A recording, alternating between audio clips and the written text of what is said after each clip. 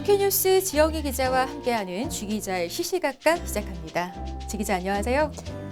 안녕하세요. 쿠키뉴스 지영희 기자입니다. 네, 오늘은 어떤 주제 준비해 왔나요? 네, 오늘의 주제는 이겁니다. 요즘은 대리운전이나 음식 배달도 앱으로 해결하시는 분들 많으시죠? 이렇게 앱을 플랫폼 삼아 일하는 걸 플랫폼 노동이라고 합니다. 최근 디지털 플랫폼의 중개를 통해서 일회적이고 비정기적인 방식으로 일감을 받아서 생계를 유지하는 플랫폼 노동자들이 급증하고 있는데요. 이렇게 새로운 형태의 노동이 확산되고 있지만 기존의 법과 제도는 변화에 따라가지 못하고 있어서 풀어야 할 과제가 많습니다. 오늘은 이와 관련된 상황을 살펴보겠습니다. 네, 이 4차 산업혁명 시대가 도래하면서 노동이 공급되는 방식도 변화하고 있습니다. 플랫폼 노동자, 좀 생소한 용어로 생각하시는 분들도 많을 텐데요. 플랫폼 노동자는 앱이나 SNS를 매개로 해서 일하는 그런 사람들인 거죠? 네, 쉽게 말하자면 대리운전 앱이나 배달 대행 앱 등을 통해서 일거리를 받는 사람인 건데요.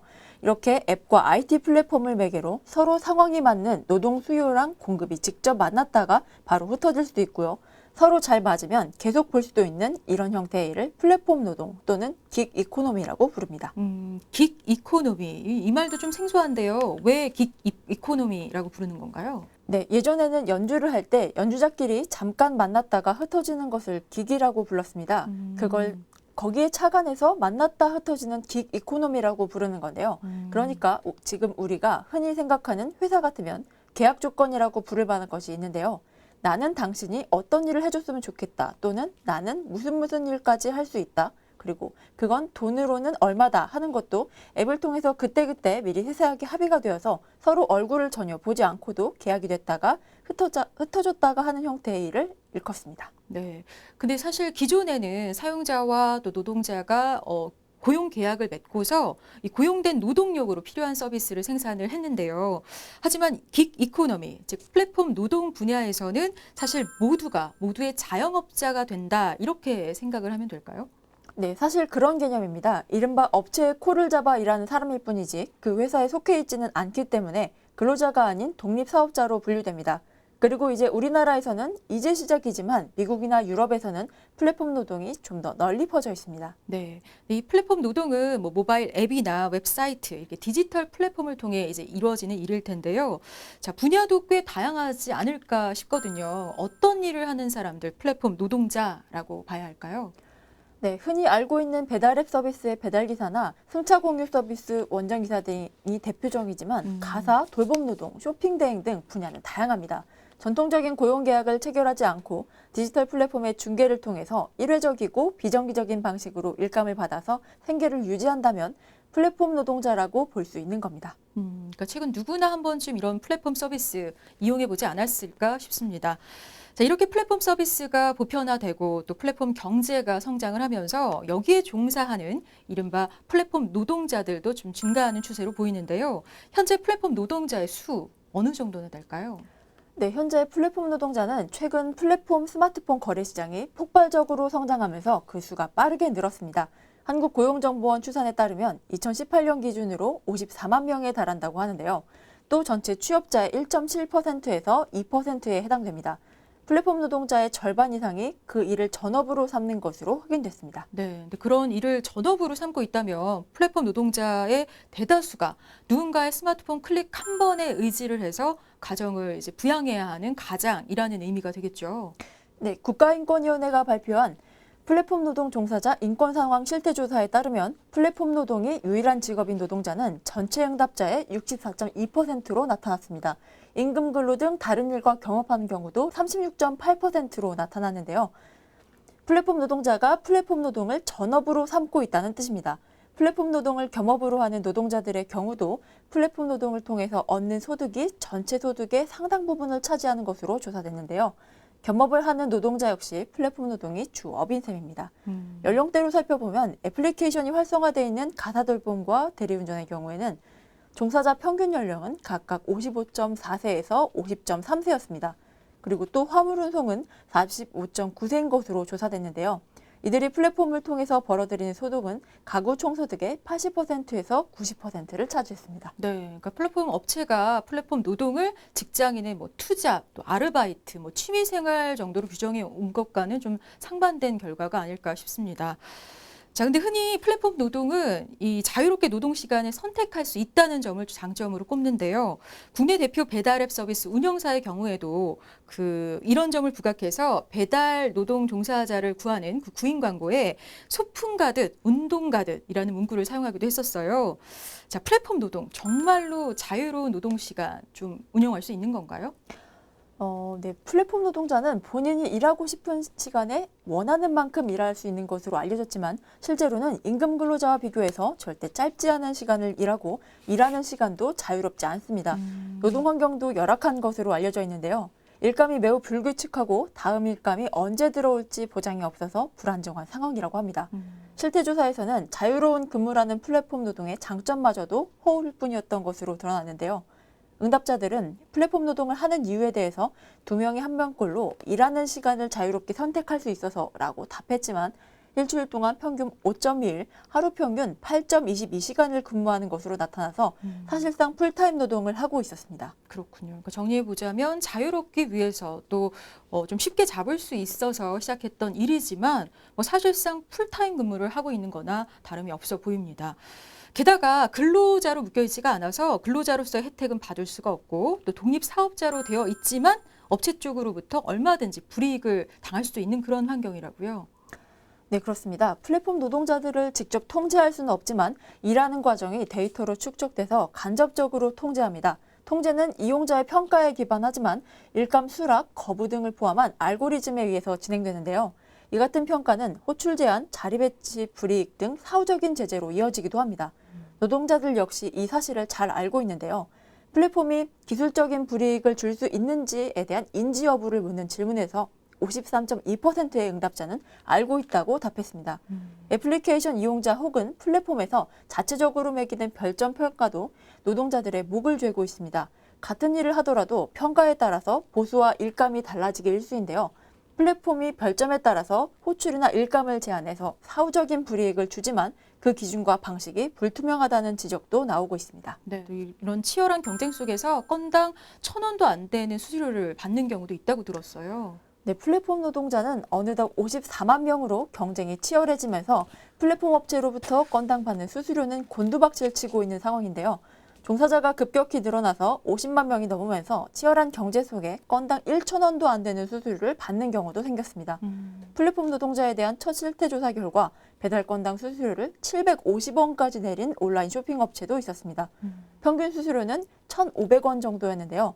절반 가까이는 500원도 못 받는 것으로 조사됐습니다. 네. 초기에 비해서 플랫폼 종사자들의 수수료에 대한 단가가 지난 2년 사이에 절반 이하로 줄어든 것을 확인할 수 있었습니다. 네, 이렇게 노동자 간의 격렬한 경쟁을 유발해서 이 단가 하락을 가속화하는 일들 하루빨리 좀 시정해야 할 필요가 있어 보이는데요. 이들의 소득 수준은 어떤지 좀 조사가 되어 있습니까? 네, 소득 또한 상대적으로 낮은 것으로 확인됐는데요. 경기연구원에 따르면 IT 개발 및 프로그래밍 프리랜서의 경우 월 276.9만 원의 소득을 올려서 상대적으로 높은 편이었지만 택시기사는 217.6만 원, 퀵서비스는 211.3만 원, 음식 배달기사 188.7만 원 등의 순으로 나타났습니다. 특히 대리운전기사는 월 평균 소득이 131.7만 원으로 주 40시간 기준 최저임금인 179만 원 선에도 미치지 못하는 것으로 나타났습니다. 네, 이렇게 일하는 시간에 비해서 소득이 낮은 이유는 뭘까요? 네, 플랫폼 노동자의 소득을 낮은 수준으로 묶어놓는 것은 높은 중개 플랫폼 수수료 때문입니다. 수입에서 건당 수수료나 요금이 차지하는 기준은 퀵서비스 기사 87.5%로 가장 높았고요.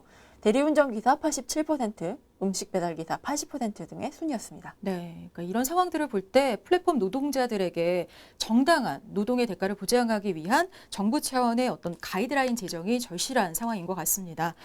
근데 현재 플랫폼 노동자들은 특수 형태 근로종사자로 분류가 되어 있다고요? 네, 그렇습니다. 사업자와 근로자 중간 정도에 있는 영역을 우리가 이른바 특수 형태의 근로자라고 법에서 규정을 하고 있는데요. 실제로는 종속되어서 일을 하는 노동자와 다름없는 일을 하고 있지만 계약을 따져보면 그 계약 자체는 위임을 받거나 도급을 받습니다. 그러면 어떤 문제가 생길 수 있는 건가요? 네, 가장 큰 문제가 노동법의 적용을 못 받는다는 점인데요. 일반적인 노동자들과 동일한 보호와 권리를 보장받지 못해서 전속성이 없어 산재보험의 혜택도 받기 어렵고요. 그 외에 4대 보험 가입률도 현저하게 떨어집니다.